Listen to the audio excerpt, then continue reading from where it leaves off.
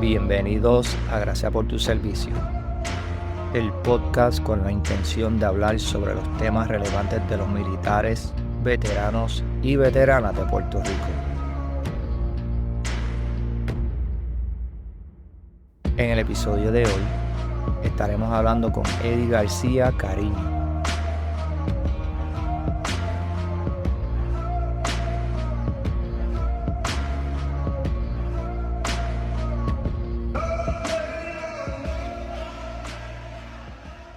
Bienvenido a un episodio ñapita de Gracias por tu servicio. En el episodio de hoy estaremos conversando con el autor del libro Bastardo, Blessed by God, Eddie García Cariño. Eddie es un teniente coronel retirado del Army con una amplia trayectoria en operaciones militares, relaciones internacionales, planificación estratégica y asistencia de seguridad. Durante su carrera ocupó posiciones como Operations Officer del Joint Task Force 6, Brigade S3, Battalion Executive Officer y Senior Army Representative y Security Assistance Officer en la Embajada de los Estados Unidos en Venezuela. También coordinó ejercicios militares y operaciones humanitarias en América Latina, trabajando con múltiples países y organizaciones internacionales. En el área académica, Eddie posee un bachillerato y una maestría en Relaciones Internacionales, una maestría en Liderazgo Educativo y completó estudios de National Security and Strategy en el Command and General Staff College. Después de culminar con 20 años en el Army, Eddie continuó desempeñándose en posiciones de liderazgo y educación, incluyendo labores como Assistant General Manager del Coliseo de Puerto Rico, así como Assistant Principal y profesor en el sistema de escuelas públicas de Florida. En el 2025 se convirtió en autor al publicar su libro Bastardo, Blessed by God, obra que será el centro de nuestro episodio. Para nosotros es un gran honor que se haya conectado, así que gracias por estar aquí con nosotros, Eddie. Bueno, es un placer. Eddie, nos vimos hace un par de meses atrás y una de las preguntas que me hiciste fue que si había leído el libro. Te dije que hasta ese momento no lo había leído y tu contestación fue, mira, eso se lee de una sentadita. Y honestamente, cuando lo empecé a leer, casi fue así. No lo pude leer de una sentada, pero me tomó como 2 o 3 días nada más, porque cuando empecé a leer sobre tu historia, verdaderamente gravité a muchas de las cosas que estabas compartiendo ahí y me quedé pegado. La mayoría de veteranos que han leído el libro se identifican bastante de las experiencias que yo cuento cuando estuve en servicio activo. Y eso es uno de los puntos que yo quería, que la gente se identificara con lo que yo pasé y tener en escrito no solamente lo que me pasó a mí, sino que le pasa a muchas personas, pero muchas de ellas no la escriben. Me gustaría comenzar con que nos dijera qué te inspiró a escribir sobre la historia de tu vida. Como tú bien leíste en el libro, yo nunca conocí a mi papá y no me dijeron exactamente la verdad de mi vida. Entonces, yo como que sospechaba, viendo las acciones de los adultos hacia mí, que algo no era como normal. Pero como niño al fin yo seguí y repetía lo que otros adultos me decían. Pero dentro de mí siempre había una inquietud de que algo no encajaba en la historia de que me estaban haciendo. Entonces, jugando con mis nietos, ellos me preguntaron sobre mi mamá, me preguntaban sobre mi infancia, de cómo fue, mis amigos, qué juguetes yo tenía. Y en ese momento yo entendí que yo debiera de escribir y dejar por escrito mis experiencias propias para así que nadie le contara a mis nietos y a mis bisnietos de quién realmente era yo. El primer título que yo tenía en mi mente era, como yo no conocía a mi papá, un árbol sin raíces. Eso me hace sentido porque hablas mucho de los árboles y cómo las raíces van profundizando y todas estas cosas. Estaba por preguntarte del título, pero ya me contestaste esa. Entonces, pues, después de un análisis de mi vida completa, yo decidí cambiarle el título porque pude conocer quién era mi papá. No conocerlo a él personalmente, pero llegué a saber quién es él. Y conocí a hermanos míos por parte de padre. Y entonces, pues, yéndome como filósofo un poco, pues, yo me acordaba que mi hermano mayor me llamaba bastardo cuando yo era pequeño, pero nunca me decía nada más, solamente tú eres un bastardo.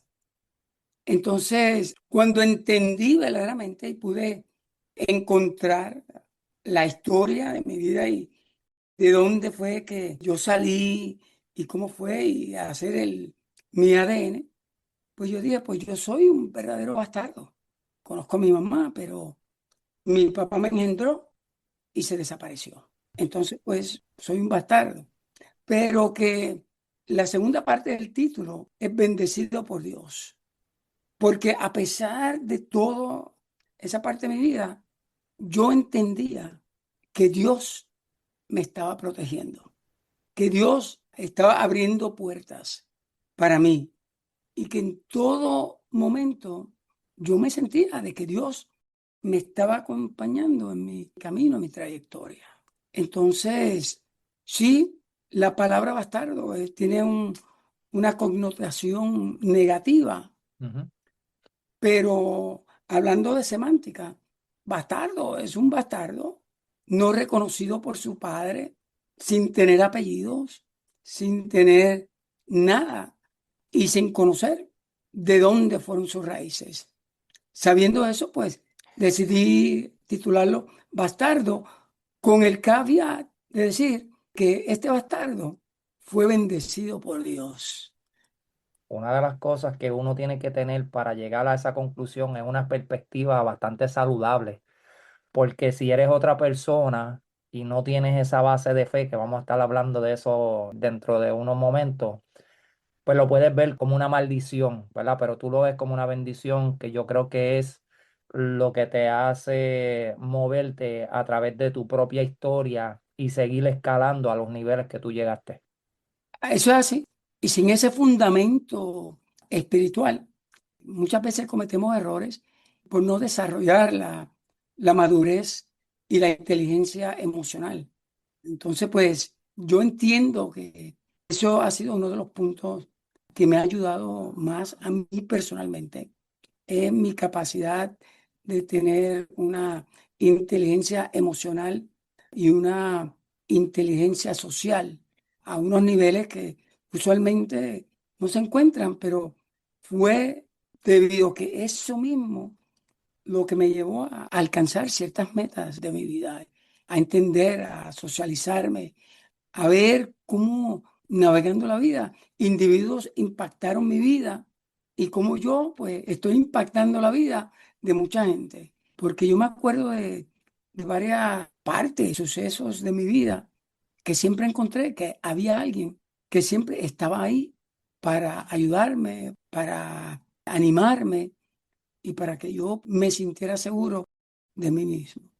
A veces se te cerraba una puerta, pero se abrían dos o tres de cantazo, ¿verdad? Y eso es parte de esa perspectiva de mirarlo como una bendición. Como mencioné ahorita, la fe es obviamente uno de estos temas centrales de este libro. ¿Cómo te ayudó a superar momentos difíciles, tanto en tu carrera militar como en tu vida personal? Mira, una vecina, doña Paquita, se llama doña Paquita. Ella me veía corriendo por ahí por el caserío y este muchachito, mi mamá se iba a trabajar temprano por la mañana. Mis hermanos se iban y yo me quedaba solo. Estoy hablando de 3, 4 años. Y ella me veía corriendo por el caserío, brincando, tirándome de azoteas, corriendo por toda el área. Ella siempre estaba pendiente de mí. Entonces, siempre me preguntaba si yo había comido, si había almorzado, que dónde iba. Siempre estaba preocupada por mí. Pues esa señora, desde muy temprana edad, me empezó a llevar a la iglesia. Me dice, no, yo quiero que venga por mi casa los domingos por la mañana y nos reuníamos en la casa. Ella me daba desayuno y después del desayuno, pues todos salíamos para la iglesia. Y ella después de la iglesia, pues nos compraba un juguito unos dulcecitos, y esa era la rutina de esa señora y su familia conmigo. Básicamente, esa exposición al oír la palabra de Dios, cuando me hacían la historia de Jesucristo, yo me la imaginaba en mi mente. Entonces, salió en mí esa fe de que Jesucristo estaba conmigo, que Dios estaba conmigo y que ella siempre me decía que Dios me iba a cuidar. Y eso creó en mí esa fe de que no importa lo que pasara, Dios me iba a cuidar. Y a lo largo de mi vida, pues eso ha sido una constante. Eso ha sido lo que realmente me ha dado fortaleza, me ha dado tomar riesgos, sabiendo que Dios estaba ahí conmigo. Y entonces realmente no me daba miedo. Muchos creemos que eso no fue mi caso. Creemos que la Biblia dice esto, las promesas de Dios son estas, pero nos sentamos a esperar que las promesas de Dios lleguen a nosotros. Ya las promesas de Dios están. Entonces, pues mi concepto era que el mundo es mío y yo voy a ir a alcanzarlo y sé que Dios va a estar conmigo y me va a cuidar, me va a fortalecer y me va a proveer ese deseo interno de continuar y sabiendo que Él estaba ahí en todo momento. Y hasta el momento, esa ha sido la constante de mi vida. Y gracias a Dios, a través de mi vida, Dios puso muchos ángeles que de una manera u otra estuvieron ahí para mi crecimiento emocional y mi crecimiento intelectual. Y me sentí solo, sí. Sentirse solo es natural en un ser humano, pero nunca me sentí desamparado. Sí, ¿no? Y que lo hablas desde la niñez y después cuando empiezas en la escuela, que también hay un cuento ahí, ¿verdad? De por qué empiezas la escuela a la edad que empiezas, Mm. porque ahí es que como que se van aclarando ciertas cosas. Espérate, aquí algo como que no cuadra, pero Exactamente. con todo y eso, ¿verdad? Tenía unas personas que estaban en la mejor de las disposiciones de acogerte y darte lo que te iba a nutrir para ser la persona que eres. Yo entré a primer grado a los 8 años, que para los estándares, este muchacho está atrasadísimo. Y a los 8 años yo no sabía leer. Pero yo tenía una maestra, Miss Ortiz, que para mí fue algo especial, porque ella me miraba a mí con tanta ternura, me cuidaba, me decía poemas y siempre me daba esa seguridad, no te preocupes, que todo te va a ir bien. Y a través de esa relación con esa maestra, yo me sentí libre y no me sentí avergonzado de que tenía más edad que los otros niños en la escuela. Y aunque muchos se reían porque decían, mire, este manganzón, este tan grande, no sabe leer, pero ella puso un programa en que me abrió el deseo de aprender. Y ya en menos 3, 4 meses ya yo leía y recitaba poemas y me convertí en un líder de entre los mismos niños de primer grado.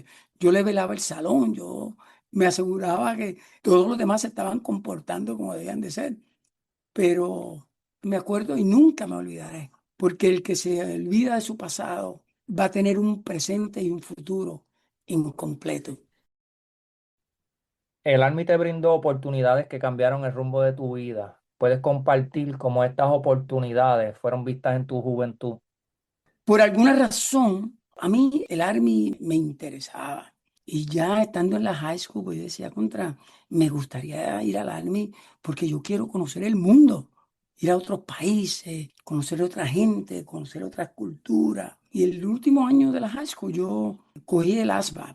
Mi score fue uno de los más altos en todo Puerto Rico.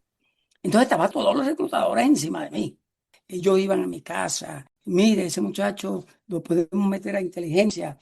Y mi mamá de crianza, mi mamá adoptiva, decía, no, él va para la universidad. Inclusive los maestros de la high school. No, no, tú tienes que ir a la universidad. No, no, no, no, no te metas al ejército. Entonces yo empecé en la Universidad de Puerto Rico y yo veía a los muchachos del ROTC marchando y yo me le quedaba mirando. Y una vez me invitaron a marchar Y yo me metí ahí a marchar y me vio el capitán Cero. Entonces tenía también una maestra que se llamaba Ángeles Toraño, que el hermano era el que estaba encargado del ROTC, pero de la Fuerza Aérea. Y yo quería entrar al Army. Pero él me ayudó y cuando la gente del Army me pidió mi transcripción y me vieron y no estaba muy bien en inglés, pero tenía A en la clase de inglés y yo pues entendía todo, un poco de dificultad al hablar, pero me defendía. Y me pusieron en una clase del ROTC y hice muy bien. Y ellos me dijeron, mira, vamos a ponerte para una beca de 2 años del ROTC.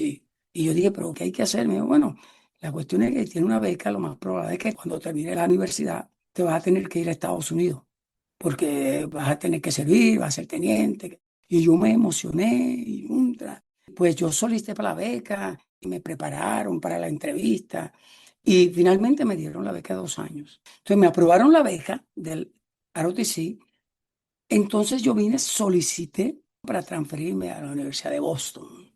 Y llegando a Boston, inmediatamente fui a la universidad. Y ellos se quedaron sorprendidos porque mi beca era para la Universidad de Puerto Rico. Pero hablando con el ROTC de la Universidad de Boston, pues ellos la transfirieron a la Universidad de Boston y empecé a estudiar en la Universidad de Boston. Terminé la universidad, me gradué con un buen promedio de la Universidad de Boston. Salí como estudiante militar distinguido. En el último verano mío me enviaron a Indiantown Gap, Pensilvania, y yo pues estaba trabajando cuando los Marielitos vinieron a Estados Unidos. Yo estuve trabajando en esa misión como cadete y recibí una comisión directa en artillería y me enviaron a Fort Sill. Terminé mi curso de artillería, fui a Alemania al principio, un poquito de tropiezo, pero siempre confiando, fortaleciéndome en Dios. Sobrepasé todas esas circunstancias negativas, ascendí a capitán, fui al curso avanzado, me enviaron al 101st, a la División 101 de Asalto Aéreo. Allí no solamente comandé una batería de tiro, fui oficial de apoyo de fuego de un batallón de combate y fui y me seleccionaron para ser el oficial de apoyo de fuego de una brigada. Yo era capitán, pero eso era una posición de mayor y todo me iba espectacularmente bien. Y después de eso, el ejército me envió a estudiar una maestría. Terminé mi maestría y me asignaron a Georgia, donde enseñé artillería en español a los oficiales de Latinoamérica y enseñaba artillería en el centro de infantería también. Y al final de eso, me seleccionaron para ser oficial de intercambio en Venezuela.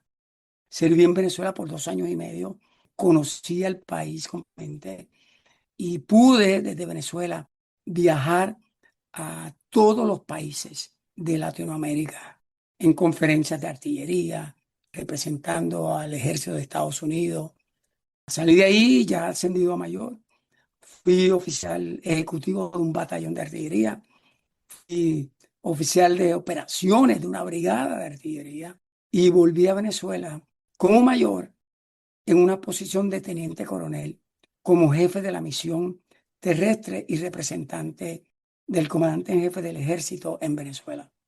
Terminando ahí, fui a Puerto Rico y fui el asesor político militar del comandante del Ejército Sur y fui jefe de la división de engagement o de representar a Estados Unidos con todos los países de Latinoamérica. Entonces, fui seleccionado también para el curso de comando de Estado Mayor del Ejército, que el 10% de oficiales solamente eran seleccionados.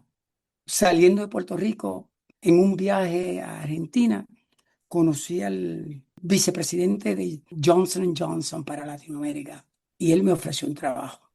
Yo decido tomar el trabajo y cuando vuelvo a Puerto Rico, pues pongo mi renuncia a mi comisión y pongo el retiro. Me retiré, pero en vez de irme a trabajar con Johnson Johnson, entonces empecé a trabajar como subgerente general del Colegio de Puerto Rico. Y para mí esa fue una experiencia pues extraordinaria en el sentido de que me sentía que yo estaba dando una aportación a la tierra que me vio nacer. Tuve 2 años y medio Y por circunstancias, yo renuncié al coliseo. Y llegando a Estados Unidos, pues un amigo mío me dijo que estaban buscando un oficial para trabajar en una escuela del Junior ROTC. Mira, yo no sabía lo que era ni el Junior ROTC, yo no sabía nada de eso. Yo fui a la entrevista, me aceptaron y yo empecé a trabajar sin saber cuál era el salario, cuál era nada. Yo necesitaba trabajar y estuve 19 años enseñando. Qué bien, qué Me bien. fascinó. ¿Por qué me fascinó tanto la enseñanza? Primeramente, porque yo quería honrar a todos esos maestros que pusieron su granito de arena para desarrollarme a mí como ser humano, como hombre, como estudiante. Y yo quería pagarle otra vez y desarrollar también estudiantes, poner mi granito de arena a todos aquellos estudiantes que lo necesitaran. Y para mí fue algo extraordinario. Muchos de ellos son oficiales del ejército, son policías, son maestros, tienen sus propios negocios, son ingenieros, arquitectos. Y lo más impresionante de esto es que todavía ellos me buscan, piden mi consejo. Y para mí, pues, ha sido una bendición. ¿Qué otras cosas aprendiste de ti durante este proceso de escribir el libro como tal? Primeramente, yo no escribí el libro para hacer dinero. Yo lo escribí por darle un legado a mis hijos, a mis nietos y a los hijos de mis nietos, para que ellos supieran quién era yo. Porque yo quise que ellos entendieran mi vida del punto mío, de cómo yo la viví. O sea, no que otra persona le contara a ellos. Porque a mí me contaron muchas cosas de mi mamá. Pero yo no sé si eran ciertas o falsas porque mi mamá nunca me las dijo. Eran lo que me estaban contando. Ujú. Y ahora que yo escudriñé todas estas cosas, vas a ver que muchas de las historias que me dijo mi mamá, ella las contó de una manera, pero los hechos demuestran que eran otras. Ahora yo aprecio más y valoro más a mi mamá por el hecho de el papá se le murió a los 7 años, la crió un tío y a los 18 años estaba sola en su vida, sin hermano, sin familia, sin padre, sin madre, ¿sabe? Es de admiración. Claro, sí, porque ella tenía sus propios retos. Esa es la manera que yo la veo. Contra, bastante bien hizo. Y ahora es que yo entiendo por qué a los 10 años ella me permitió irme a vivir con otra familia donde podían tener más recursos de darme las cosas que yo necesitaba, no solamente materiales, sino intelectuales, emocionales, para yo desarrollarme como un adulto útil a la sociedad. Al yo entender esto, o sea, porque muchos se dijeron, ella me dejó ir, ella no le importó. Yo no lo veo así. Yo me imagino el sacrificio que ella debió haber hecho al soltarse emocionalmente de su hijo más pequeño para que yo tuviera ciertas oportunidades. Y yo le quise compensar a ella y le dije desde que yo empecé a ganar el primer sueldo como teniente mensualmente, hasta el día que ella murió, yo la mantuve. Todo lo que ella necesitara, todo. Ella viajó a Europa, cuando yo estuve en Europa, viajó a Venezuela. Cuando yo estaba en Venezuela, pues yo tenía empleada y tenía un chofer. Yo le dije a ellos que la prioridad era atender a ella. Y debería ir de un caserío público, haber pasado hambre. Ella por lo menos pudo ver el fruto de su sacrificio. Ujú. Yo lo que quería era honrarla. Sí, lo hiciste y lo sigues haciendo, ¿verdad? Tanto tú ahora en tu rol de abuelo, aunque el rol de padre nunca termina, pero tu rol de abuelo, ¿verdad? De seguir impartiendo tu conocimiento y tus experiencias a tus nietos para que ellos puedan también llevarlo a cabo más adelante en sus vidas. No, y es importante porque cuando mi mamá murió, mis hermanos dijeron, mira, no tenemos los recursos para enterrar a la vieja. Y yo decía, sí, no se preocupen, que los recursos, lo que haya que hacer, se va a hacer. Y no solamente eso, sino que también esa es una parte de los 10 mandamientos, que honra a tu padre y a tu madre para que se alarguen los días de tu vida. Entonces, pues, yo eso lo tomé a pecho. A mi mamá la voy a honrar. Y a los padres que me criaron, también yo los estuve honrando. Yo quería ser el primero para que ellos se sintieran que el sacrificio que ellos estaban haciendo por mí no fue en vano. ¿Sabes? El primer carro que la mamá de crianza tuvo fue el carro que yo le regalé, nuevo, de paquetito. Toma, toma el carro. Yo dije, yo soy tuyo. Y nadie es perfecto, pero los hijos de ella tenemos una relación bien, bien cerca. Bien, o sea, yo tengo una relación con ellos más cerca que tengo con mis hermanos de padre y madre. ¿Por qué? Porque yo me crié con ellos. Mi formación como adolescente, como adulto, fueron con ellos y lo que ellos pudieron estar conmigo. Me gustaría que compartieras si hay algo más que viene por ahí en cuanto a tus proyectos personales o alguna presentación que tengas en los próximos meses o las próximas semanas. Mira, ahorita mismo el libro fue publicado en inglés. Entonces, yo, aunque tengo el manuscrito también en español, yo no quise publicar el libro en español usando la plataforma de Amazon, porque yo quiero que sea algo más especial. Yo firmé un contrato con Gaviota Publishing y ya me asignaron una editora y la editora y yo vamos a estar trabajando a finales de este mes en el manuscrito en español. El manuscrito en español va a ser más grande porque ella es una especialista en salud mental y psicología. Entonces ella leyendo el libro, al comunicarse conmigo, me dijo que el libro está muy bien, pero que hay cosas que tú no quieres decir. Ella quiere profundizar. Exactamente. Entonces me dijo, yo quiero que tú vayas atrás parte por parte y le añada notas de cosas que tú te gustaría. Y ella me dijo, Eddie, vas a cumplir 70 años pronto. Suelta la sopa para que la gente verdaderamente conozca quién es Eddie García. Entonces, pues, los últimos 6 meses he estado escudriñando más el libro, notando. Le añadí otro capítulo que es viviendo con discapacidades porque también debido a que fui a Homebase y todas estas cosas, pues he podido hablar abiertamente. Antes yo no hablaba abiertamente de mis discapacidades. Sí, entonces pues quise escribir un capítulo completo de cómo vivir con discapacidades, tanto de las que desarrollé cuando estaba sirviendo en el ejército, como de la vida entera, de lo que sucede, ser más abierto. Es bien interesante porque yo tengo una paz mental, una paz emocional y verdaderamente extraordinaria. Uno poderse encontrarse uno mismo, poderse abrir. Y esto ha sido lo del libro. El libro me ayudó a abrir y a entenderme a mí mismo. Y pronto lo que vamos a hacer, vamos a editar el libro en español.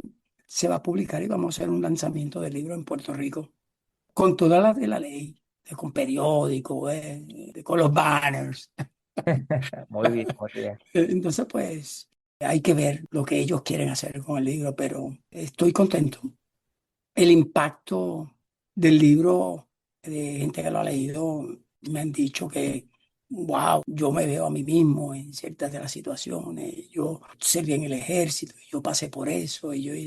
Entonces, mi prima me dijo, para un veterano, tu libro debe ser el must read.